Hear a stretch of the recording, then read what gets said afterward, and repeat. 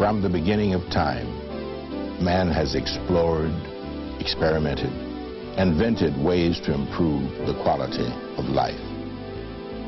Men and women of invention, innovation, imagination.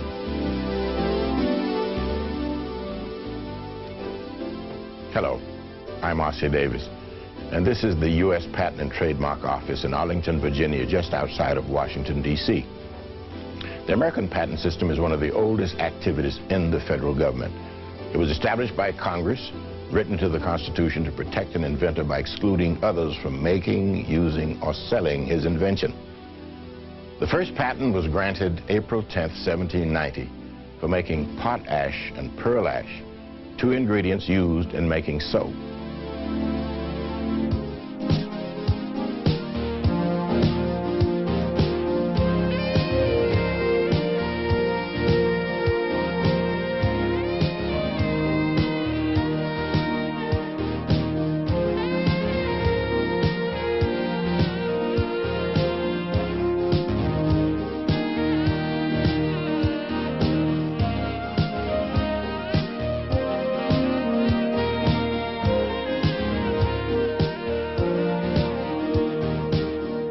Every day, inventors, people of vision like Thomas Edison, Alexander Graham Bell, Wilbur and Orville Wright, apply for patents to protect and secure their inventions.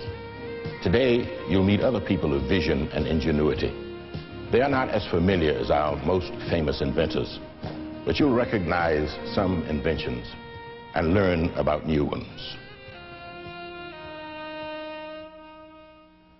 Louis Howard Latimer was born in 1848. His father was a runaway slave who managed to obtain his freedom and live in the Boston area. Louis Latimer was a self-taught draftsman. He learned his skill while working as a clerk for a patent attorney's office. Eventually, he was promoted to chief draftsman. Around this time, Alexander Graham Bell hired Latimer to draw renderings for various patent applications. Few people are aware of Latimer's contribution to the field of electricity. He invented and received a patent in 1882 for an improved carbon filament to Thomas Edison's original filament for the electric lamp. In 1918, he became a charter member of the Edison Pioneers, an exclusive organization of scientists, technicians, and inventors who worked very closely with Thomas Edison. Granville T. Woods was an exceptional inventor from Indiana. He holds 60 patents relating to the railroad industry. His patents range from a steam boiler furnace, a telephone transmitter, automatic air brakes to slow or stop trains, and overhead wires used by cable cars and streetcars. He invented more than a dozen devices to improve electric railway cars. Granville Woods' most noted invention is the third rail system, which is the power source to keep cars running. This is the same system that is used in our subways today.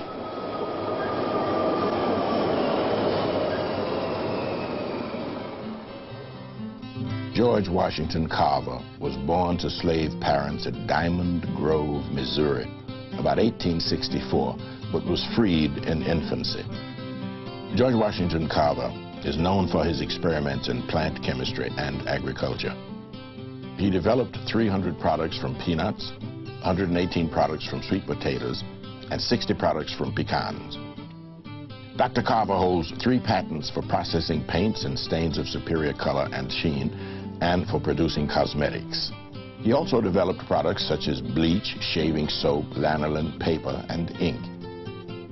Dr. Carver dedicated his life to his experiments and studies in agriculture at a school which is now the Tuskegee Institute at Tuskegee, Alabama.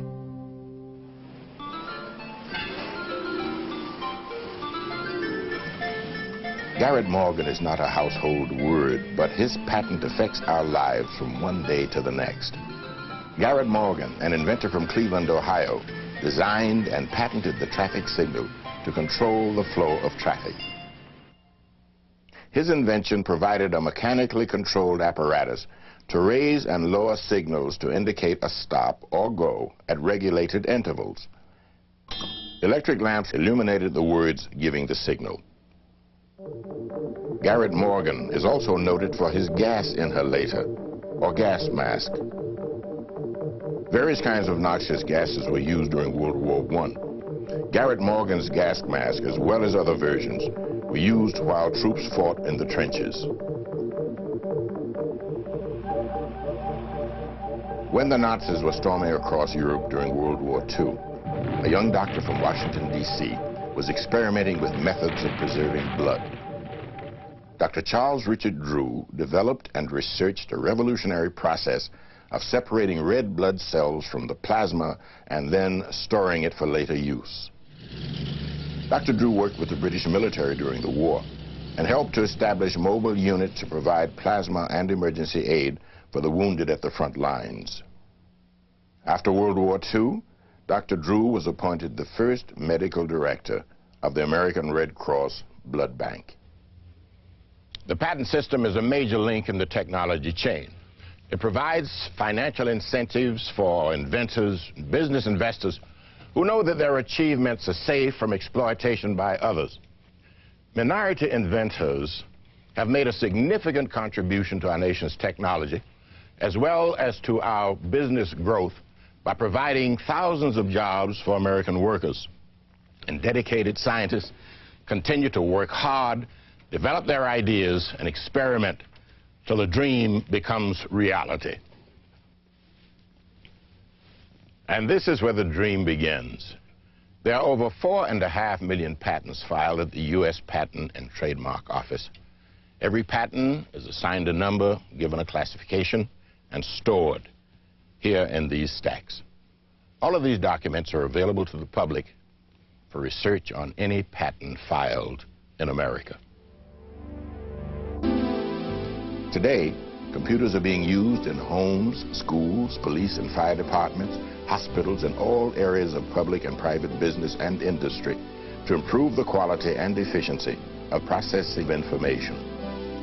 Research in computer technology was making advances when an immigrant from China began graduate studies at Harvard University. When you buy word processing from Wang, you get more than just the best-selling word processing in the world. You get an easy-to-use system that opens the door to the world of office automation. The results of Dr. Wang's creative genius has touched all forms of American life. Even worldwide communication. Dr. Wang, founder of Wang Laboratories in Lowell, Massachusetts, is the mastermind behind the original development of the basic components and systems of digital computer machines. 8, 7, 6, we have main engine start, 3, 2, 1, solid motor ignition, and liftoff. As high technology continues to advance, minority inventors continue to play a significant role in development and research. Philip V. Stevens, president of Ultra Systems Incorporated, is a member of the Oglala Sioux Indian tribe. His dreams and ideas have resulted in a number of patents for defense systems. During the early phase of the United States intercontinental ballistic missile program, there were only 2 large intercontinental ballistic missiles, and both of them used liquid propellants for rocket propulsion. This missile is a Titan II intercontinental ballistic missile of one of the early vintages of a liquid-propelled missile. These missiles are characterized by a rocket propulsion system in which the rocket nozzles could swing or vector. No one knew how to control the thrust vector from a rocket nozzle that used solid rocket engine technology. Now here's a typical solid rocket engine nozzle. One of the concepts in my invention was a concept that would cause the thrust vector to deflect, which would give a missile the ability to control and fly in all different angles. After going through Minuteman 1, 2, and 3, I did decide that I wanted to do other things beside just missile development, and then I took the big step of forming my own company. At that time, it was just a one-man company, and we now have about 1,300 people on the staff. good people tend to gravitate more and more to the company because we are very people sensitive. We care a lot about our people. When I started, I had aspirations of doing other things to really help the nation's society, things in the field of energy and safety related activities. This is a model of an advanced wood-fired power plant that Ultra Systems Incorporated has pioneered so that waste wood materials can be productively consumed and utilized to generate electricity. Well, I think that it is possible for anyone in the United States to take their dreams and create it into realities. If I'm an example of that, of a kid that brought up on the wrong side of the tracks, that was able to work hard and to create dreams that I had into realities, others can do it too. And I think that the key to that is to persevere and to be determined to succeed. The American Indian is a very disadvantaged group of people. The American Indian is suffering from all types of hardships, from high suicide rates, high infant mortality rates, high unemployment, and it's really difficult for them. So I'm really looking forward to the opportunity of going back to the Sioux Indian Reservation and to talk to the relatives of my forefathers and to see if I can be of assistance to the young people there. Isidor Martinez is an inventor with a background in aerospace engineering and missile design. He turned from missile technology to medicine, specifically knee implants for victims of arthritis. Knee implants on the market today have a fairly low success rate. Mr. Martinez's patent on a knee implant could revolutionize technology in developing artificial components. My knee is designed to produce a longevity within the patient, allow him the complete freedom of his knee in the normal use, abduction, adduction, rotation, extension, and flexion. The knee is the most pivotal, important joint in the body, and without it you cannot be able to live a near normal life.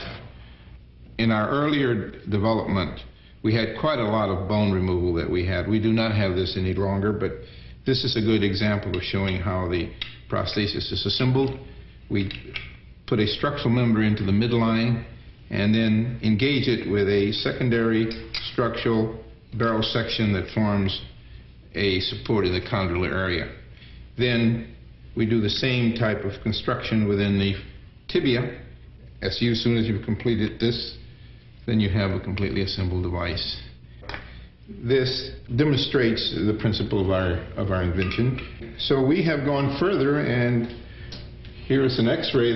We work with primates at the Tulane University's vivarium at the medical school. This is a normal primate limb. One of the 3 primates that was implanted, we were able to sustain him for 5 years, and he was able to produce every function, including some that humans won't have to do, and that's hanging upside down or climbing trees.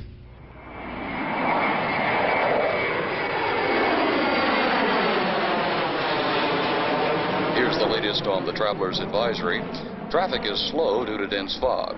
As the morning progresses, we'll be seeing a warming trend, and the fog should burn off by noon. If you're flying out of the city, expect some delays. You know, in this country, their airlines are reportedly losing about $300 million a year because of diverted flights when airports get socked in with fog.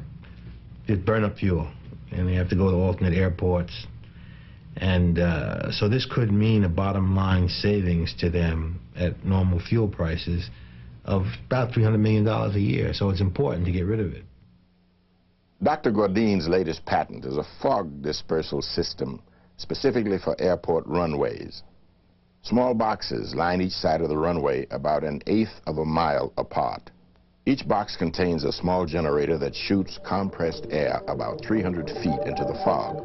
The air is charged with negative ions and mixes with the neutral fog particles. The negative ions charge the fog particles, which in turn are attracted to the positive ions on the ground. Essentially, it rains and the air is cleared of fog, which gives a pilot clearance for takeoff and landing. As soon as the airplane can see the landing lights from, say, 300 feet up and, say, a mile away from the strip, well, of course, the airport's open. He can see. There's no reason to worry about fog at all. When I went up to Cornell as a freshman, I wanted to go into engineering physics, but in the meantime, I concentrated on track and field.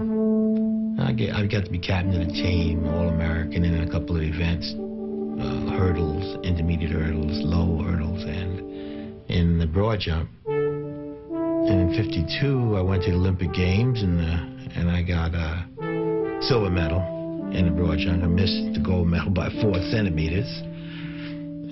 Very frustrating, but it was a, you know, very, very fulfilling experience to go over there. 2, 0 times 1, 2, 5 equals. Dr. Gourdine is president of Energy Innovations Incorporated. Although he has become progressively blind over the last 10 years, he continues to develop his theories of electrogas dynamics. Presently, he holds over 50 patents worldwide. Hi. This inventor is Mrs. Mildred Austin Smith of Washington, D.C. Mrs. Smith has been a victim of multiple sclerosis for the past 20 years. Despite her confinement to a wheelchair, Mrs. Smith continues to play a very active role in her church. Mrs. Smith invented a unique genealogy game which teaches family relationships for people of all ages. This is the logo of the game, Family Tradition. It was my idea about it. It just came to me all of a sudden one day that about relatives. I got to thinking, I said, my mother's sister is my aunt. It just like that. My grandmother's son is my father. Terry and Thomas, you'll look at, we have a lot of cards on the table. After I started developing it, I went to church one day and I got, my son is a minister, and he brought 2 of the kids. I told him I wanted him to test them on the game.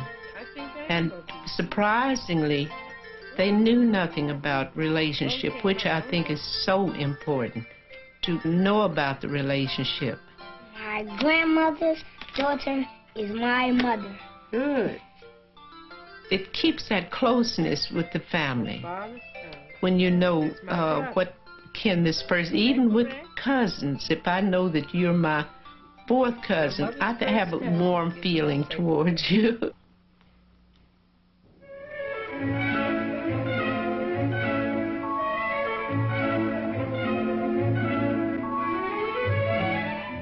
The 1950s was an era of innovation and discovery. America turned its optimistic eye to the future. We discovered microencapsulation in the 50s. Carbonous paper is a result of microencapsulation. When you write on the paper, microcapsules of carbon are released onto the next copy and leave a dry impression. It doesn't smear. Robert Bayless, president of Capsulated Systems Incorporated, has enhanced and patented this process of microencapsulation. It is a method of mixing 2 solutions that have opposite qualities, such as oil and water, and encapsulating the product with a protective shell. When oil is mixed with water, the oil forms an emulsion of tiny beads. A polymer, such as polyvinyl alcohol, is introduced into the water phase, surrounds the beads, and forms a protective wall. The walls are hardened through a chemical treatment to ensure stability.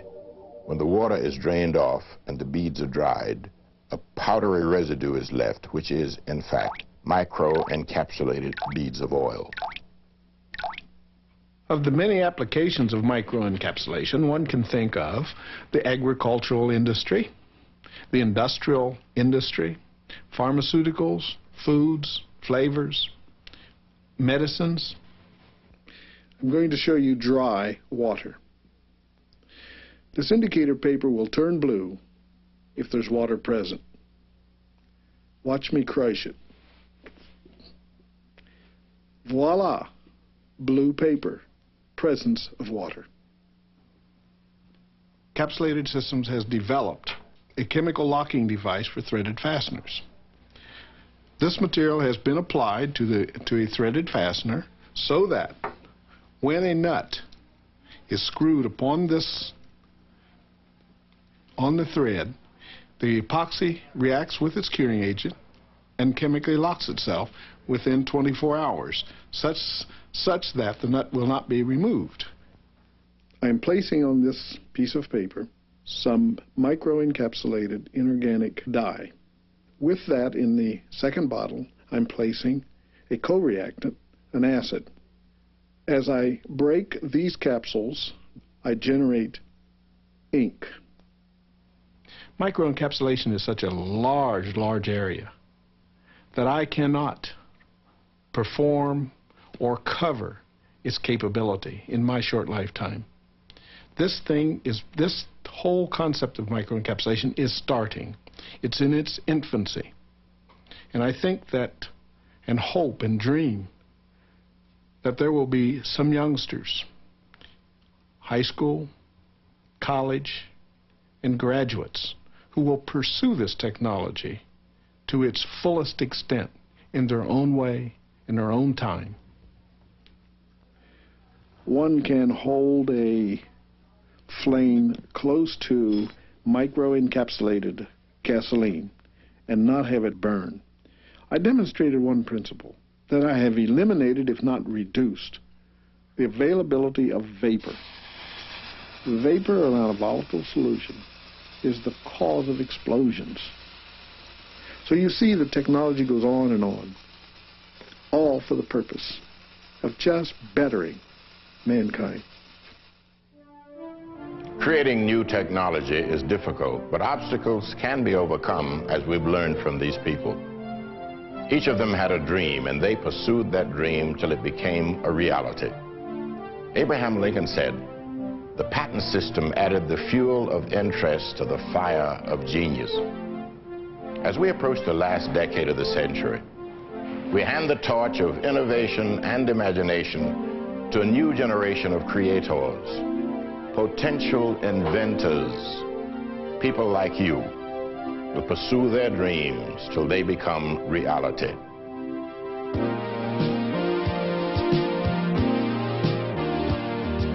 My invention is the bullet grabber, and the pilot is supposed to be the person who finds the wars, and he sits up here. And then when he spots them, he sends a message down to these two guys who operate the magnet. One is supposed to pick up like the little guns and rifles, and this is supposed to pick up the big bombs and cannonballs.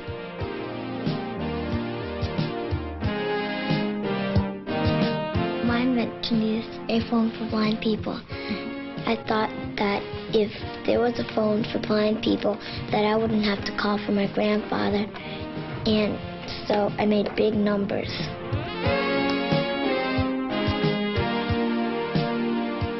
I put foil over an umbrella, and the person would be cooler than using a regular umbrella.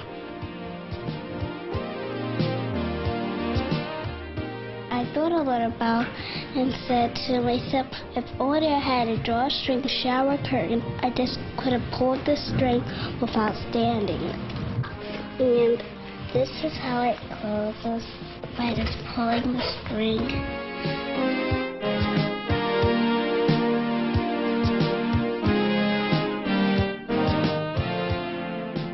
My invention is the no-hands umbrella. I got the idea because my mother didn't like to hold an umbrella, so I hooked it to my back and I got this little tube, and I put it in, and I got these belts, and I just strapped it to me.